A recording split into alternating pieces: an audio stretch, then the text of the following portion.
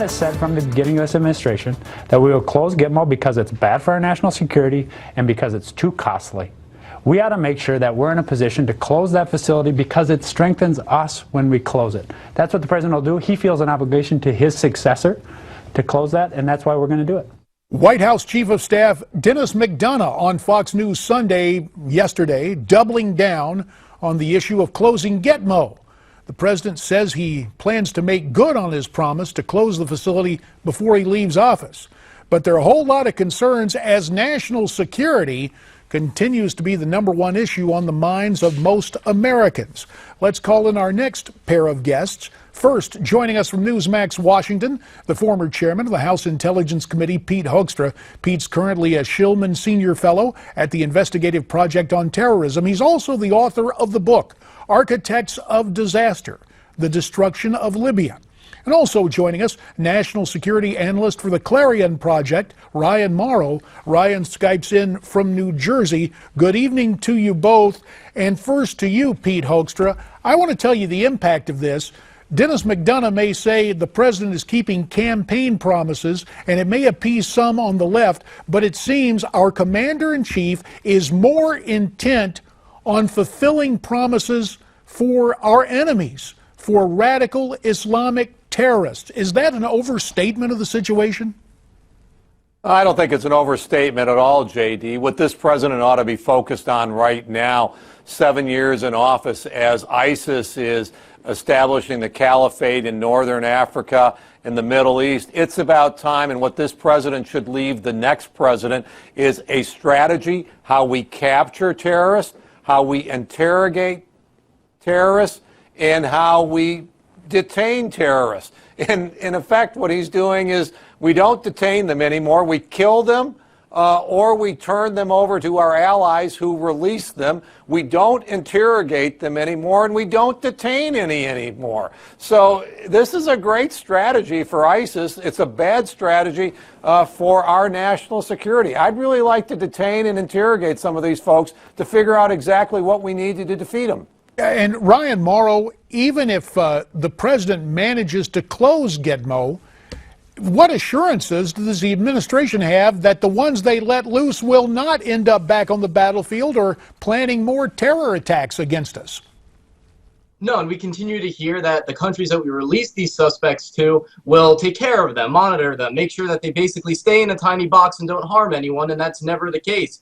And what we see is, or almost never the case, and what we see is a recidivism rate of those who get back engaged in jihad of roughly 30%.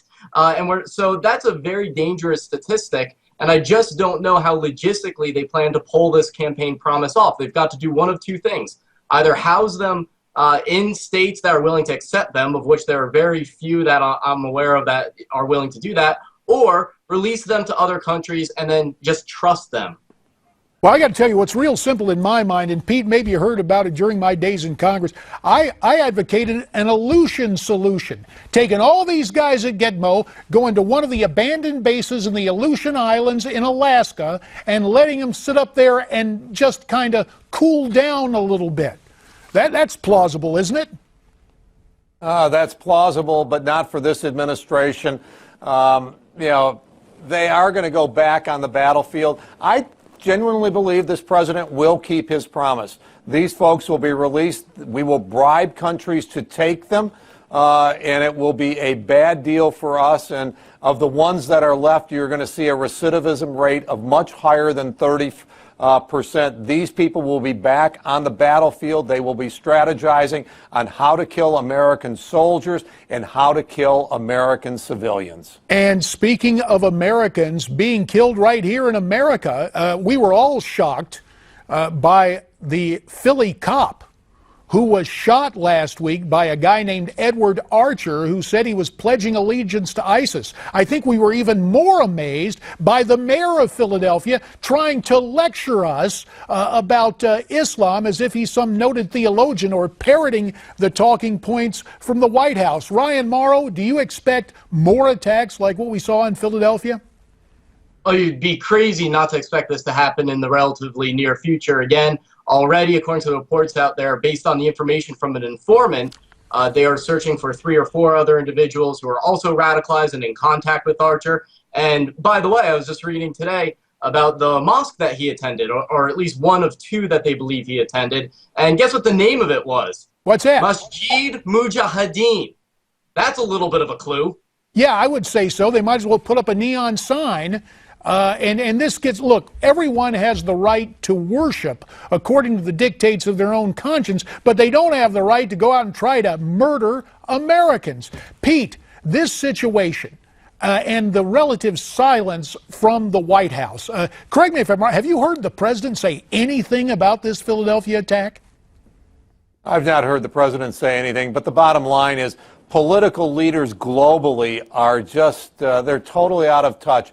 The mayor, I think, of Cologne after the attack on New Year's Eve, you know, what, a mob of 1,000 people groping, raping, attacking women, and the mayor comes out and said, well, maybe women, you should just kind of keep your distance from these guys. And it's kind of like, excuse me, this is our country. We have a right to be on this square, and we have a right to expect to be on this square and to be safe.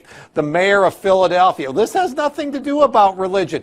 This is why the American people are totally frustrated with the political class. No one is willing to call these attacks for what they are. Radical jihadists in our midst, targeting us. You just said it. Absolutely right, Pete Hoekstra and Ryan Mauro, as we get away from what's politically correct and what's in fact accurate. Gentlemen, you have our thanks again. The name of Pete's book, Architects of Disaster. And it looks like we got one brewing again. Back with more right after this.